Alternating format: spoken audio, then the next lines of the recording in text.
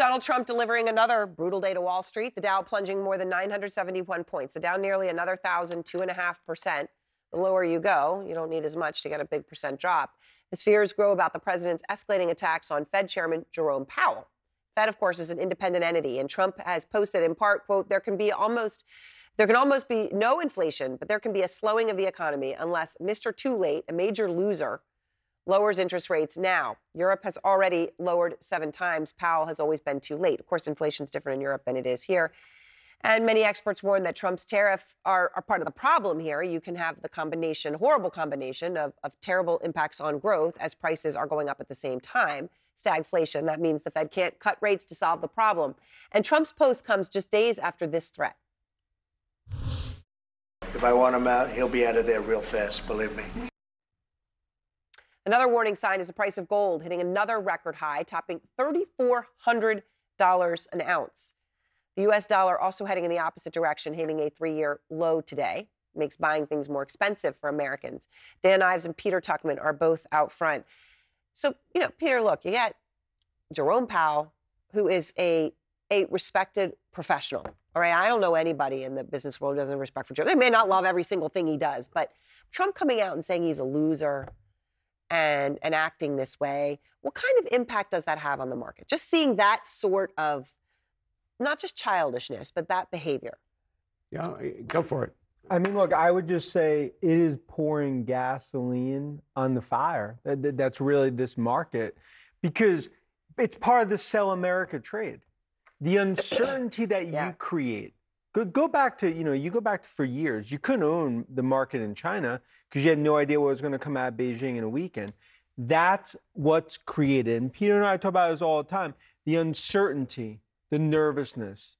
And this just adds to it, and that's why this market is just selling off the way it is. You know what? I'm not a fan of bullying. I think that's ridiculous. If we don't have to go there, right? He's a respected gentleman. I think he's done an amazing, in my opinion, Powell, Powell, has done an amazing job. Think about it. We've gotten, inflation down from 8.5% to 2.5%. He has lived up to all his promises, in my opinion, and done an amazing job coming out of COVID. So, the fear is that if God forbid he's able to get him out of there, is we're going to be, changing captains in the middle of a ship that's sort of going down, right? I mean, that's like a tsunami. And then you could end up, in worst case, you end up with a chairman who actually does what the president wants, who does the bidding. Exactly, who does not understand the basic premise of economics and what may happen with stagflation. Yep. And the fact is that cutting them now, look, we've gone through 2 years of we're cutting rates. There was an emotional relationship where you cut rates, market rallies, and that's what happens. Yeah. That's not going to happen this time because the components are different. And exactly, without tariffs, you're cutting. Yeah. Tariffs has created, in my opinion, the biggest inflationary move coming out of the White House in the last 100 years. All right, so I have a friend named Nick who started a small business, and I think it speaks to this, but it actually sets up a huge question about what could be really happening here. So Jamie, who is our fearless stage director, has some things here. All right, thank you, Jamie. Okay, so these things are stuffed animals, right? Okay, now, like I said, Nick has a small business. I think these are really cool. And you collect stuffed animals? You got 30 on your bed? I love stuffed animals. Okay, this is a Framel, a frog and a camel mixed together, okay? Sea dog, sea lion, and a dog, and then they make little ones is a penguin and a wolf. Okay, I know, you want to, these are my kids. I can see Peter out. So the theory here is what makes us different makes all the difference in the world. They're randomals, okay? And so Nick started this company 5 years ago as his dream. He started making them. It's been doing really well. So let me just show you, because this is actually setting up a really important question. All right, sorry. So right now, Nick has $100,000 paid. All right, paid to 2 factories in China. They're in Shenzhen. So they've got 2 factories, okay? And they have, here's the 2 factories. They have paid $100,000. So they've got a whole bunch of these. You can go to randomals.com, see all the different ones. They're all sitting there waiting to come over. So ordinarily, they go straight from there in Shenzhen, and they get on a big container ship. That's a bad-looking ship, but okay, so you get all the containers. Now, right now, not happening. Yep. In fact, he said literally they don't even know where they're storing them. They're storing them somewhere near these factories. He doesn't know how long they're going to be willing to store them, because in order to get them loaded onto the ship, he has to pay an additional $145,000. So you have to add those 2 numbers together So he has to pay $245,000 To get them on the ship to to get bring them them to America. on the ship. Okay? And he doesn't have the money to do it. Of course not. So his randimals are sitting over in storage somewhere. He doesn't know how long. Okay? And then he says by the time, if this clears up, he wants to get them on the ship. You may not even be able to get container space because so many other people are doing that. His view is this could make the supply chain disruptions during COVID look simple. It's going to make that almost look like nothing relative to what we're seeing. Look at the ship data that's turning around, coming out of Singapore, coming out, and exactly what he's seeing. It's the math. Didn't they say that today? Mr. Trump was meeting with people from Target and Walmart CEOs, right, who said that they are sitting there with so much inventory in China that they may just let go down because they can't afford to bring them in there. And you think, okay, and I also want to say something else about this. He said, okay, so people might say, well, why are you making these stuffed animals in China? And you know what, by the way, I'm not going to say who he looked at, but he looked extensively at doing it in the United States. Right. He said, we don't have the supply chain for it. We don't have the materials for it. We don't have the labor for it. And in fact, America doesn't want to be making stuffed animals. We have moved beyond that. And guess what? Was the point there. And guess what I'd also tell you? Yeah. Guess who eventually, if he decides to bring it over and pay that, who pays the tariff? The consumer. Yeah, as much as someone's going to pay extra to buy one of these. Are we living in some delusion, not realizing that almost everything that we use in our day-to-day life, from our iPhones on down, are made in China?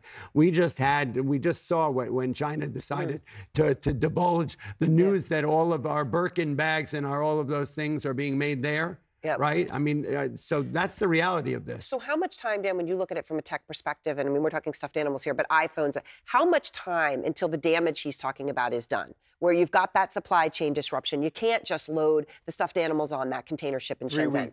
3 weeks. 3 weeks. You have 3 weeks. 3 weeks. I mean, right now, that's why, like, you know, me and Pierre, we've been talking all the time. Time's ticking. Because when inventory ultimately sells down, and you are now getting to a point, we're getting into that red zone. And that's why, like, they need to get deals on the table. You got 3 weeks. And he said, by the way, for them, they've got to put in the order by sometime in May for Christmas. And that's 80% of sales. All the small business, right? Exactly. We're already starting to talk about Christmas deliveries. Yeah. Right? I mean, that's kind of nuts. Remember when before you went away for a few days, we talked about the fact that Apple chartered planes to come here with billions of dollars of iPhones. Think about it, $1 trillion company to make it here before the tariffs hit. I mean, it's just almost this odd level of pettiness that's just, it's insanity. Our money lead now, the market's taking another tumble today with the Dow down nearly 1,000 points at closing. President Trump, of course, is ramping up his fury with Federal Reserve Chair Jerome Powell, attacking Powell as Mr. Too Late, a major loser, and demanding that Powell lower interest rates for now. CNN's Vanessa Yurkevich joins me now. Vanessa, has Chairman Powell shown any signs at all that he's listening to Trump's demands that he lower interest rates?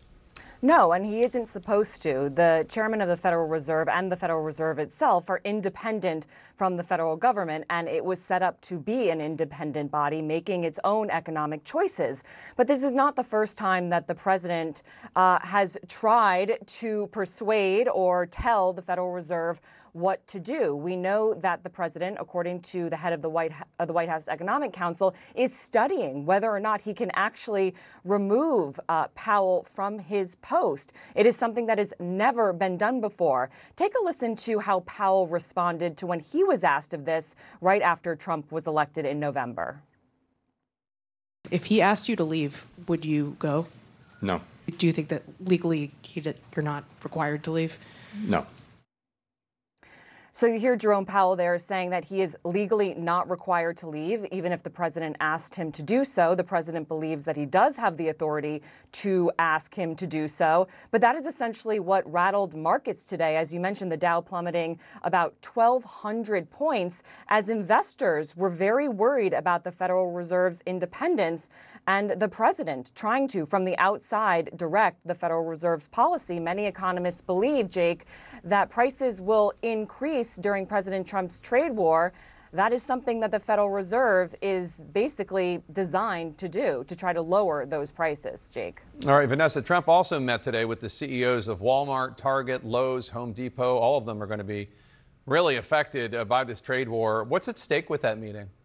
a lot is at stake. All of these retailers have said that they're likely going to have to raise prices because of President Trump's trade war. You have Walmart, the biggest private employer in the United States, essentially pulling back their first quarter outlook because they just don't know what revenue will look like, because they don't know how consumers will respond to higher prices. And ultimately, all of these companies import a lot from China, which is seeing that 145% tariff. Now, will they be able to persuade the president to roll back some of these tariffs? Unclear. We know President Trump likes meeting with CEOs, and we know that the big three automakers, the heads of those companies, have had some impression on the president, as he said he may carve out exemptions for those May 3rd foreign car parts tariffs. So it remains to be seen whether this meeting shifted the president's mindset on any of these tariffs in this trade war.